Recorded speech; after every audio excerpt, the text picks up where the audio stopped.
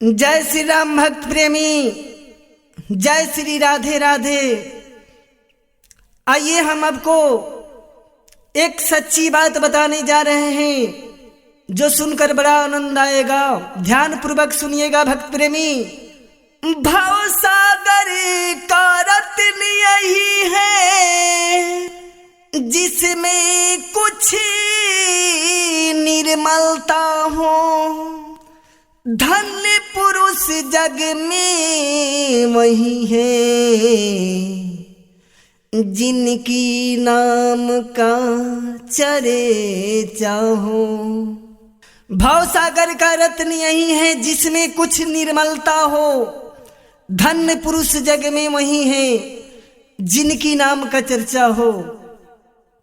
आइए एक सच्ची कहानी की तरफ आपको ले चलते हैं कि एक राज दरबार में पंडित जी महाराज का बड़ा चर्चा होने लगा। मंत्री लोग राज दरबार में पंडित जी की प्रशंसा करने लगे कि अपने राज के एक पुरोहित है, वो बड़ी विद्वान है, उनके पास ढेर सारा ज्ञान है।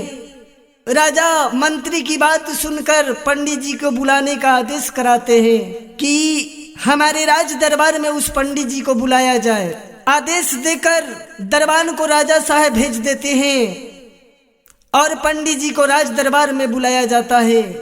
जब पंडित जी महाराज राज दरबार में पहुंचते हैं तो राजा पंडित जी को देखकर आश्चर्य में पड़ गए कि इतना निर्बल पंडित, भला ये कितना ज्ञान जानता होगा।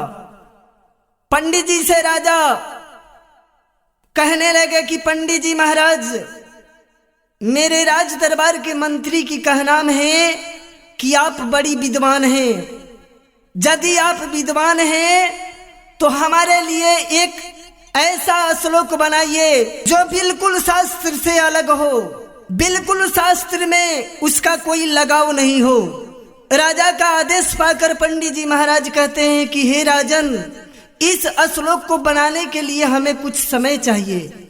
राजा खुश होकर पंडित जी को समय देते हैं कि जितना दिन का समय आपको चाहिए मैं देने के लिए तैयार हूं, मगर वैसा ही श्लोक चाहिए कि बिल्कुल शास्त्र से अलग हो। आइए भक्त प्रेमी, बड़ी सुंदर बात है।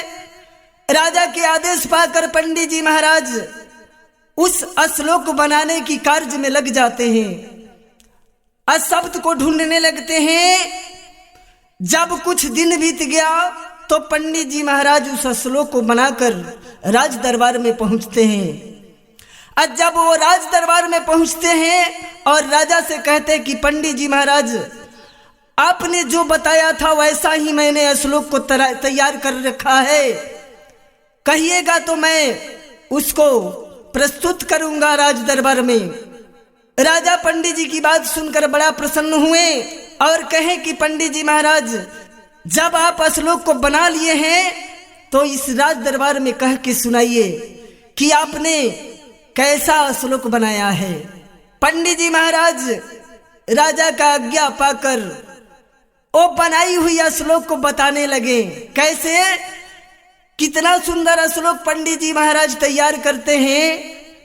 पंडित जी महाराज राजा को श्लोक सुनाते हैं। कैसे, सूरज जैसी जोश नहीं कि गंगा जैसी जल, औरत जैसी प्रीत नहीं कि भाई जैसी बल।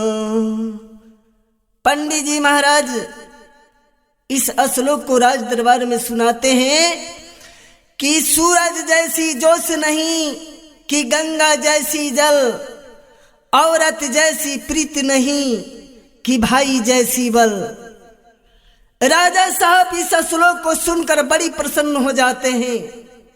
इतना प्रसन्न हो जाते हैं कि उनकी प्रशंसा का कोई सीमा नहीं था और पंडित जी महाराज को बुलाकर ढेर सारा इनाम देते हैं और पंडित जी को बधाई देते हैं कि मैंने जो चाहा था वो आपने बनाकर दिखा दिया।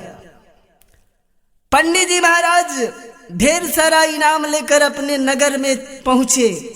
जब अपने नगर के पास पहुंचते हैं तो उनके नगर के नगरवासियों ने देखा कि पंडित जी आखिर इतना ढेर सारा सामान लेकर कहां से आ रहे हैं। पंडित जी के पास जाते हैं और पंडित जी से नगरवासियों लोगों ने पूछा कि पंडित जी महाराज इतना ढेर सारा सामान कहां से लेके आ रहे हैं। पंडित जी महाराज उन लोगों को बताने लगे कि मैंने राज दरबार में राजा के कहने पर एक श्लोक बनाकर उनको सुनाया, तो हमारी बनाई हुई श्लोक पर बड़ी प्रसन्न होकर हमें इतना इनाम दिए हैं। अब पास ही में एक छोटा सा मड़ई था, उसमें एक औरत नई नई गौने आई थी। वो अपने आंगन में झाड़ू लगा रही थी।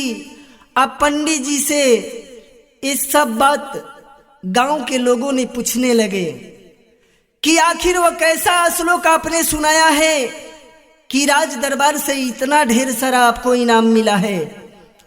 पंडित जी महाराज बताते हैं कि सुनो,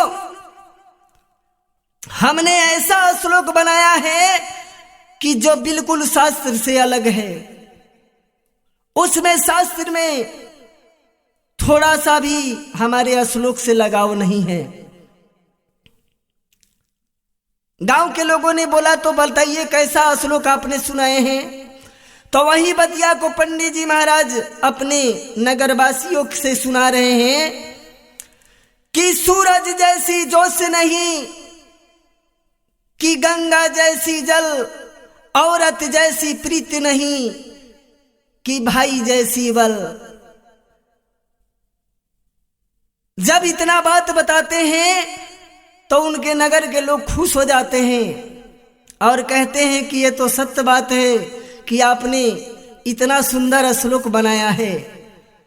वो जो नई नई औरतिया पहले गौन में आई है, वो अपने आंगन में झाड़ू लगा रही है, पंडित जी का सारा बात सुन रही है और आंगन से बोल रही है कि पंडित जी महाराज, ये जो श्लोक आपने बनाया है इसको सीधा कहिए, उल्टा क्यों कहते हैं? इसको सीधा कह के सुनाइए। ये जो लिखे हैं बताए हैं राजा दरबार में तो ये बिल्कुल उल्टा है, उसको सीधा कहिए। जब उस औरत के मुख से पंडित जी महाराज इस बात को सुनते हैं तो बड़ा दुखी हो जाते हैं और के सोचने लगते हैं कि आखिर मेरे श्लोक पर खुश होकर ढेर सारा राजा हमारे श्लोक को इनाम दिए। जय श्री राम भक्त प्रेमी, जय श्री राधे राधे। मैं अपने वाणी को यहीं पर विराम करता हूँ। इस कहानी का अगला भाग अगले वीडियो में लेकर आएंगे। जय श्री राम, जय श्री राधे राधे। यदि मेरे आप चैनल पर नए हैं तो मेरे चैनल को सब्सक्राइब कर लें और बेल आइकन दबाना ना भूलें। जय श्री राम, जय श्री राधे राधे।